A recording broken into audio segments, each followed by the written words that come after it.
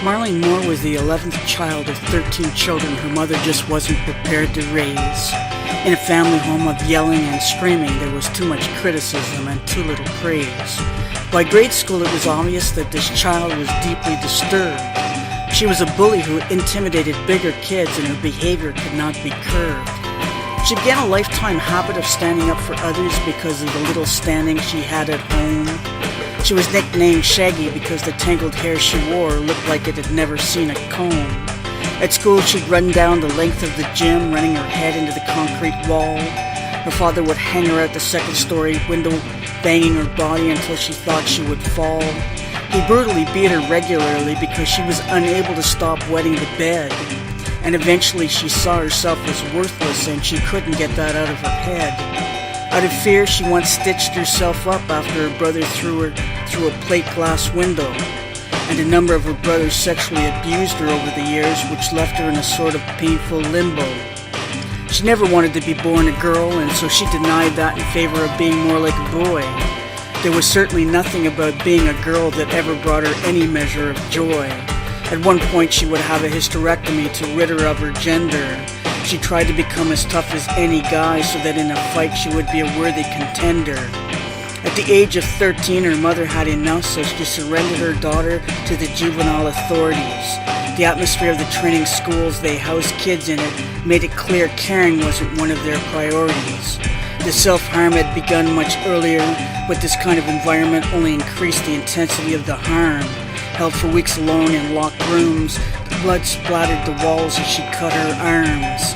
The intensity of the frustration, anger, and loneliness would build while she was locked in these rooms alone, and the authorities failed to make the connection between child abuse and behavioral disorders in these buildings made of stone. Marlene would rock violently when upset, like a young child trying to alleviate her pain. With absolutely no self-esteem, she was easily talked into trouble, but rarely for any personal gain. Caught in a correctional system that discriminated against girls accused of promiscuous behavior, a crime young men were never held accountable for. I guess they didn't need a savior. At 17, Marlene was raped at knife point by someone who offered to give her a ride. It may have explained her later habit of always carrying a knife because she believed that she could have died. She reported the crime, but the case was dismissed after he was found guilty because she'd taken speed. So she fell off the deep end, committing numerous offenses because the courts ignored her need. She needed to believe the law would protect her, but they just turned out to be like all the rest. All the people in her life who had just let her down because once more she couldn't pass the test. They didn't appreciate her disdain of the courts, so at 18 they locked her up once more. But they never stopped to consider that the life she'd live would make anyone wonder what for. A federal parole officer once commented there was a little tiny kernel of a worthwhile person inside her. But how do you nurture a seed so it flowers or blooms when there was no one to stand beside her? She was described as incredibly sensitive, overly suspicious, and profoundly insecure. But where in her life had there been anything that even remotely offered a cure?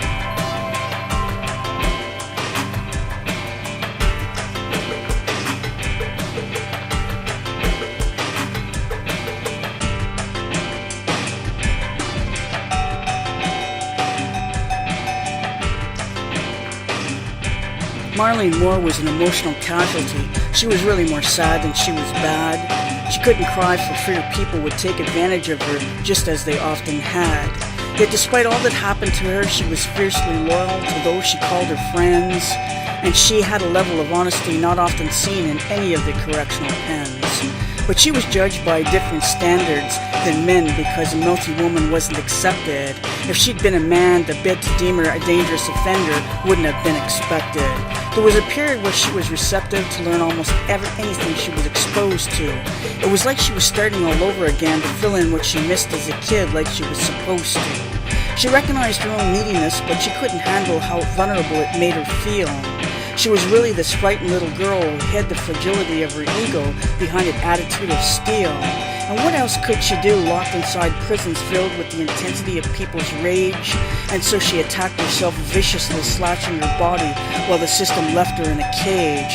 And when they designated her a dangerous offender, she came to believe that no one could help her anymore. She was destined to be locked away because society had deemed her as not worth fighting for. The Crown Attorney stated that when confronted with someone with the level of complication Marlene had, society had the right to decide to set her aside and go on with something that wouldn't be as bad. When Marlene died, the inquiry ruled it as a probable misadventure by her own hand.